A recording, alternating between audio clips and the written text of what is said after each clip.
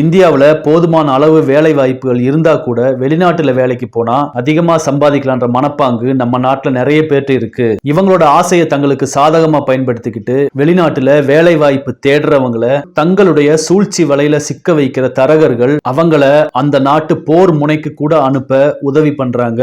அப்பாவிகள் அந்நிய மண்ணில் போர் முனைக்கு அனுப்பப்படுவதெல்லாம் கொடூரமானது. இப்படி பல வெளிநாடுகள்ல போய் வேலை எதுன்னு தெரியாம பேசின சம்பளமும் கிடைக்காம அந்த நாட்டு மொழி தெரியாம திரும்பி வர வழி தெரியாம மாட்டிக்கிட்டு தவிக்கிறவங்க பல பேர். அவங்களுக்கெல்லாம் அந்த நாட்டுக்கு போனதுக்கு அப்புறம் தான் நம்ம இது மாதிரி ஏமாற்றப்பட்டோம் அப்படிங்கறதே தெரிய வருது.